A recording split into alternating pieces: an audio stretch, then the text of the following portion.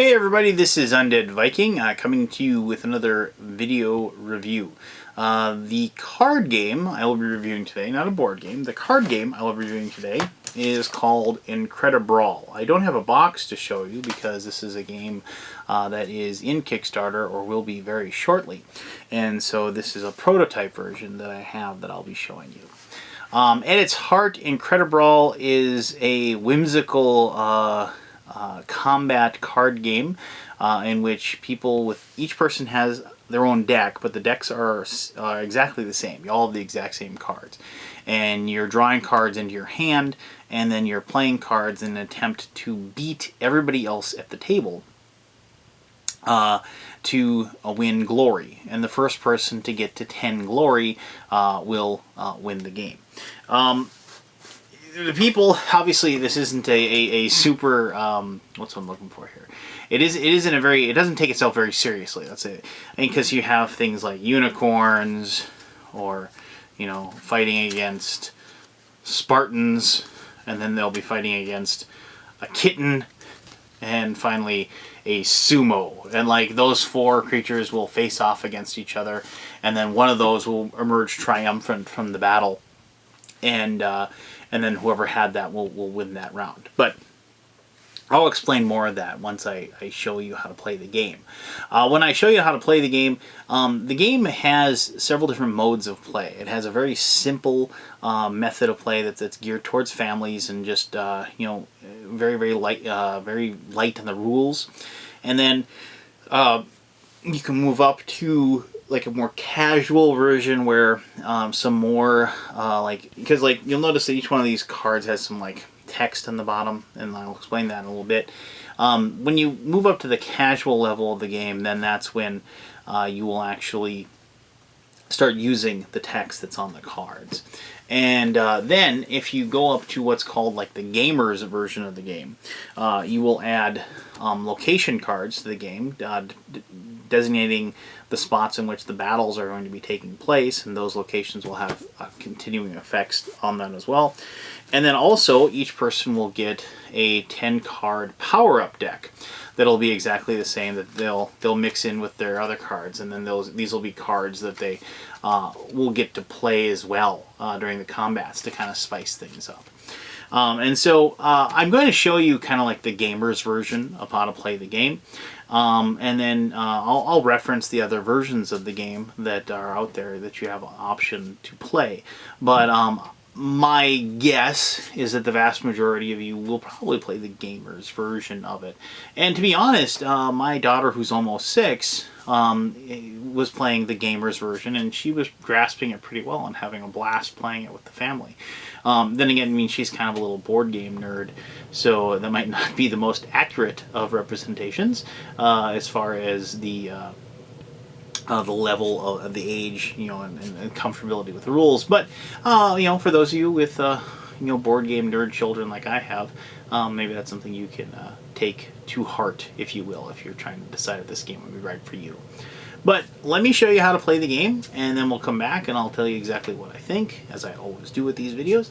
And then hopefully somewhere along the way, maybe you'll make up your mind as far as whether or not this is a game you want to back, and then you can go to the Kickstarter page and pledge some of your hard-earned cash, and then be able to get a copy once the game is out and published. Alright, so there we go. Incredibrawl, how to play. That's coming up right now. Alright, these are the components for this prototype version of Incredibrawl. As always with any Kickstarter prototype version, the components that you see in front of you will undoubtedly change once the game is published. So I just put that out there as a disclaimer. These are the glory chips to begin the game, unless you are playing the family game. Each person will start with 1 glory chip, and your goal is to get 10 of these, and then that's when you win the game. And that's immediately. As soon as you get 10, the game's over, that person wins. Each person will get a deck. These decks are exactly the same. They have a bunch of characters in them and also some power-up cards. Finally, this deck here is a deck of locations where the combat takes place. You always start off in the grassy meadow. After a brawl is completed, then the person who wins gets the choice of taking the grassy meadow and turning it and putting it underneath, and then you go to the next location where you play. And these locations have a like some sort of flavor text that changes things. It says physically powered characters that win here gain 1 bonus glory. So if you win a brawl here and you are a physical character, you get 1 extra glory. And so whoever wins, and then I don't like that one, and you can go through and you can start, getting through these. And obviously, this art is not necessarily the end art, if you will. But then you go through each and every one of them until you get back to the grassy meadow, if you do, and then you shuffle all the cards again, and then you play them down, so you don't know exactly what the order will be again. Anyway, so that's how that works. As I said, each person will get one of these decks. So, like, if there's 4 people, these people would have these decks in front of them, like so. The decks themselves, like I said, are all the same exact cards. You never actually, when you discard your cards, they're discarded. Like if you get through all of your cards, you don't, shuffle up your discards and start drawing from that. Instead, what happens is if somebody actually finishes off their deck, they, instead of like starting over by shuffling, the game ends in that case, and whoever has the most glory will win at that point, even if they don't have 10. To play the game, it's pretty simple. Each person starts with 5 cards, and they put the 5 cards in their hand.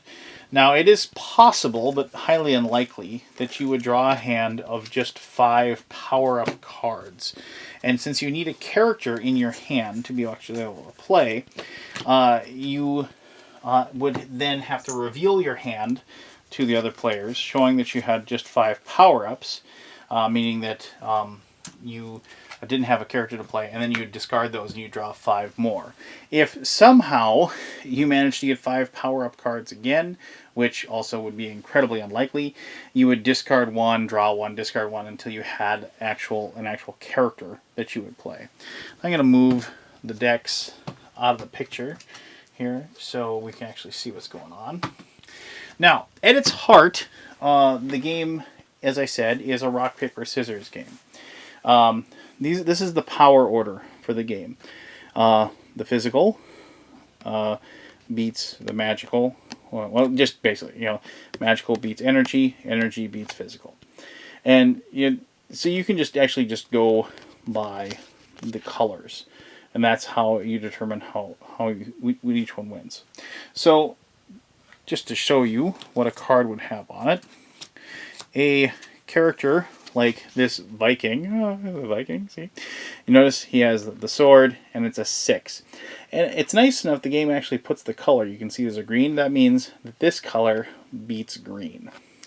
And then you'll notice that down here there's some flavor text. With a W, W means a win. So if the Viking wins, and the Viking should always win, if the Viking wins, you then get to do this. You discard with 2 cards. For each card discarded this way, choose an opponent to lose 1 glory. So this is something, if you win with this guy, you can make other people discard their glory chips if they have any. And so that's what the W, but only if you actually win. Now when I say you win, you have to win the total brawl. A lot of times with 4 people, you're going to have a scrap, which is just a contest with somebody else, and then there's another scrap, and then the last person standing is the winner of the brawl, and that's the only time the W comes into effect. Now, the number up here, you say 6. If somebody else, and I'm fighting somebody else that has the exact same color, this purple color, then this number comes into play. And whoever's at the highest number, since you're tying as far as the color goes, whoever has the highest number will win. If you're still tied, like I was facing another Viking, and so me and another player facing each other, you then literally do rock, paper, scissors between you and the other person, and then whoever wins that particular showdown. So that's how that works. Now I'm just going to show you quickly. There also are these power-up cards. Like this one says Blaze of Glory, And the little explanation says these come into effect when the card tells you. So you may play this card after losing. You died in a blaze of glory, so you immediately gain a glory. And these power-up cards are in your hand, and then as soon as you can satisfy the moment that you can actually play the card, you can put the card down, and that can affect. And you can do that as well. So, pretty simply, how this works is each person will pick a card. And I'm just going to... So, like, that person will pick that one. They'll pick that.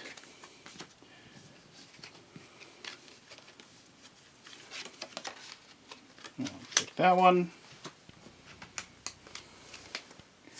We'll just pick that. And so, each person will look at their hand and try to figure out as far as, what they want to play. Now, the important thing to note is you have to know who you're fighting. Now, normally, one thing is that you just pick, like, these two people will fight each other, and these two people will fight each other, and it's just going to be that way throughout the game. And then whoever wins that, those two people that are left standing will then fight with the exact same cards that they just had. And then you'll decide, and then that will determine how to win. So let's just show. So the red has a zombie, and the Amazon is for that player. So now you notice purple beats green, and this is green. So then the Amazon wins that scrap. So, but I should mention, see, the zombie has this, and that's a P, meaning that's a play effect. It says randomly draw one card from your discard pile and add it to your hand. Now, as soon as this card is revealed, as soon as you turn it over, that play effect goes into effect, and that's what that P means. But in this case, the zombie's been beaten, so that card is going to go in that person's discard. Now you reveal these two, and you have a spaceman, who is energy, and a wizard, who's energy, and they're both blue. And so then we're going to have to go to the numbers. So the spaceman's an 8, wizard's a 7. So the wizard loses. So the wizard is done, and the wizard had a W effect, so that does not go into effect. So that one's gone, and so those two are gone. And now the last two standing are the Amazon and the spaceman. Well, you see the spaceman defeats purple, so the Amazon loses. So the person that played the spaceman will look and says win, gain 1 bonus glory from the pool. Then each opponent then discards a card. And so that's how the round would go. And so this person would get... normally you get 1 glory regardless for winning. But in this case you're going to get an extra glory. And then that takes effect. And now this player gets to decide if they want to get rid of the grassy meadow. Since it has no effect, they get rid of that. And then we'll show off the ancient Colosseum as I showed before. And that is the new area where that battle will take place. Now...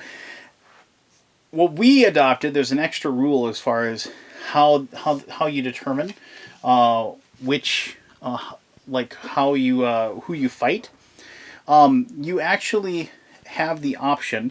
You have a start player, and you just we used a token, and we move that around the board. And the start player, actually, when they pick their card, as far as what they want, they will go and so this person looks at theirs, and well, they're going to pick the Viking because the Viking's awesome. And they take the Viking and they pick who they want to fight against, or what you have is that you have these two positions fight and these two positions fight, and so they can pick which position they want to put their card. And so in this case, they're going to just put this here, and since they're the first player, they're just picking that spot.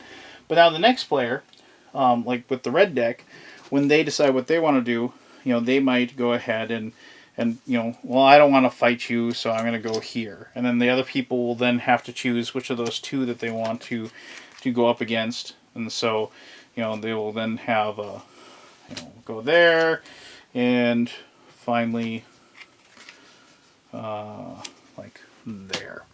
And then they would reveal, and then everybody would reveal, and then you'd see who would win that way. And that way you can actually mix it up to determine, so you're not always facing the same person first every single time. Now, with 3 players, when you don't have, because with 2 players it's simple, you're just obviously just going against each other all the time. With a 3-player game, you pick one person, and you give them the start player token, and they are what's called the odd man out. And so in this case, like if yellow was the odd man out, then red and orange will reveal and show what they have. In this case, we have, well, sadly the Vikings going to lose here because the unicorn is blue, and so they defeat that. And so the Viking loses. And then the odd man out reveals, and here we have a kitten. And so we have a situation where the kitten beats, and so the kitten will beat the unicorn. And so then the kitten would win, that person would get glory. Now here's the funny thing is the kitten actually has an L, which means it's a loss. So their special power actually only happens when they lose. So the player that won this round must give you their 1 victory glory, as well as randomly discard one from their hand. So sometimes you'll play cards that you want to lose with. I mean, this kitten was cool that the kitten won, obviously. And then you're able to claim a victory point with it. But if you lost, it's no big deal, right? Because you're going to get the victory token anyway with the kitten. Now, if there's ever a situation where multiple people have an effect that takes place with their timing, whether it's a win, like a loss. Actually, a win wouldn't obviously have multiple people, but with a loss or with a play, like with a P result here, you go by the power number. You start with the least, and then you move your way up. So actually, this case, if there was another character that had an L action, a power that enacted, the kittens would go first because it's an L1, and so that would happen first. And so it's kind of like, whereas when you're fighting, the higher number is better. To get your special ability to work, having a lower number is actually better. You have your 5 cards in your hand, and sometimes certain, like you saw, things will be able to draw more cards, or you'll be forced to discard cards. But after all is done, after you figured out, everybody gets to draw a card from their deck and add it to their hand. If also, there's no hand limit, so if you ever have, there's not a hand limit of 5 by any means. So you can just, if you have 7, 8 cards, it doesn't matter. You still get to draw a card into your hand, and you draw a new one. The other thing is that if you're down to 0 cards, like you've used up all the cards in your hand, at that point you get to draw 5 brand new cards in your hand, not just 1. So the thing is that with that is like you have a situation where you're using up the cards in your hand, and maybe you're being forced to, because you've used up the powers and stuff like that. If you ever get down to that point, you obviously may have used your best cards, and so unfortunately, you getting down to the pickings are slim, if you will. And so, but that's kind of the reward. If you can actually clean out your hand, you get 5 brand new cards instead of just 1. And that's kind of the reward for doing that. It should be noted a couple of things. When you do draw your card, you do have the option of spending 1 glory to immediately draw back up to 5 cards. So if you don't want to wait to get down to 0, you will then have that draw back up to 5, but at the cost of 1 of your victory points. That's kind of a hefty price to pay, but sometimes you have to do it. And secondly, with the power of cards, which I was talking about earlier, when you play those, obviously, like I said, you have to satisfy the situation in which to play them. Here's a low blow card, and it says you can play this card after losing. When you play the cards, it's literally the first person to play the card has their action take effect. So other people can still get theirs to work, but if you want to, is there any disagreement as far as which one happens first? It's the person who gets their card down first. So it kind of adds to the whole kind of whimsical nature of the game. Like I said, the game doesn't take itself too seriously, but it's still a lot of fun. But there you go. That's how you play. Like I said, you play until the one person gets 10 glory, and that can happen. Without somebody actually finishing off a brawl because of some of the special powers and abilities of the cards. And and like I said, the cards themselves, I really dig the artwork, the cartoon artwork, and all of your favorite little memes and classic nerd references are available, and they are in these games, and it's just, and so it's one of those games that I know is ultimately very expandable, just basically because of the fact that who can't come up with another 20 or so cards with cool little abilities and cool little artwork and just awesome little inside jokes. And the rule book itself, I know you can find it online if you want. The rule book itself is kind of a hoot to read. They definitely have a good sense of humor, the designers of this game. So there you go. So there you go, Incredibrawl. But let me tell you exactly what I think of it.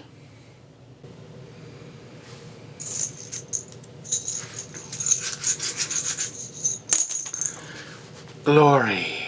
Alright, so there you go. That's how you play Incredibrawl. It's not difficult by any means, but with all the cool little power-ups and all the cool little locations and all the little powers each one of those little characters have, it does make the game kind of interesting, and you never really can guess what's going to happen when you're playing that card. I mean, you can have a pretty good idea of what you think other people might play, or you can always try to optimally play something that's in your hand, but obviously you have situations where unfortunately you might just have a card you're just going to lose with, and I could see that might turn away a few people that might be taking this game a little more seriously than you should. I mean, this is a very quick game to play, even with 4 players and each person just playing a card.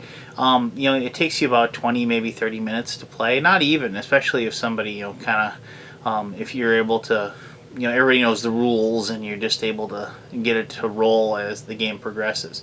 And I think that's the goal of the game. I don't want to say it's a filler, because it doesn't really have a filler feel to me, because it does, have some really good choices as far as, when I think of a filler, I think of a game that you make maybe 2, maybe 3 meaningful choices throughout the entire game, and the game kind of just plays you, and you're just kind of burning through it so you can do something else.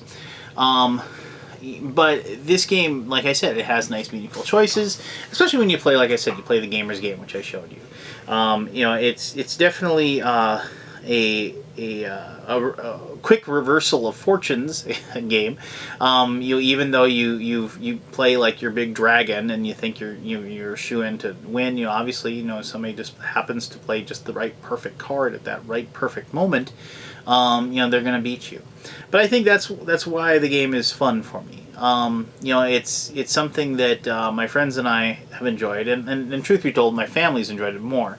But even my gamer friends, when we've played this a lot, actually, before when we're waiting for other people to show up for our D&D sessions, and it's just because it's something that it requires some thought and requires some paying attention to what's going on. It's highly competitive, so don't think it's just something you just pick a card and throw it on the table. But I don't have to smash my brain in trying to figure out what exactly I'm trying to do or what I'm attempting to do. And plus, the game is just kind of funny too. I mean, the idea that a kitten can beat up a knight, or that a unicorn chasing down a robotic shark. Stuff like that. I mean, it's just, and obviously, I should mention that people are going to compare this to Smash Up by AEG, and I'm a big fan of the game Smash Up. I really enjoy it because it's just that same kind of lighthearted, combative game that I enjoy. But for whatever reason, this one kind of scratches a different itch for me. Whereas in Smash Up, I just kind of have that. While I enjoy it, I have that weird feeling sometimes I'm just spinning my heels kind of thing, trying to get going, trying to pick it. And also there's a lot more fiddliness to Smash Up.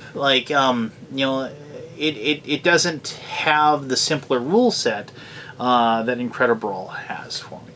I love both games, and if you told me to pick one, I probably couldn't.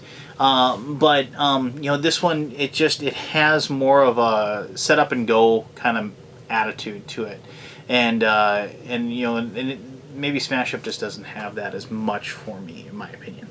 But yeah, I like I said, I really have enjoyed the game. My daughter loves the heck out of it. My wife really enjoys playing it as a 3-player game, and it works really well for each level, 2, 3, or 4. And I know if you get more sets, you could actually even have more people playing as well. And I haven't played a game of like 5 or 6 or whatever people, but I can imagine that would be a lot of fun as well.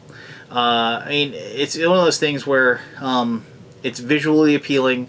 It's got that simple rule set that a game like this needs to have for it to be successful, and it's just competitive enough, and you have just enough ability to actually affect your luck and affect your strategies that makes it a winner for me and my friends and the people that I game with. So there you go.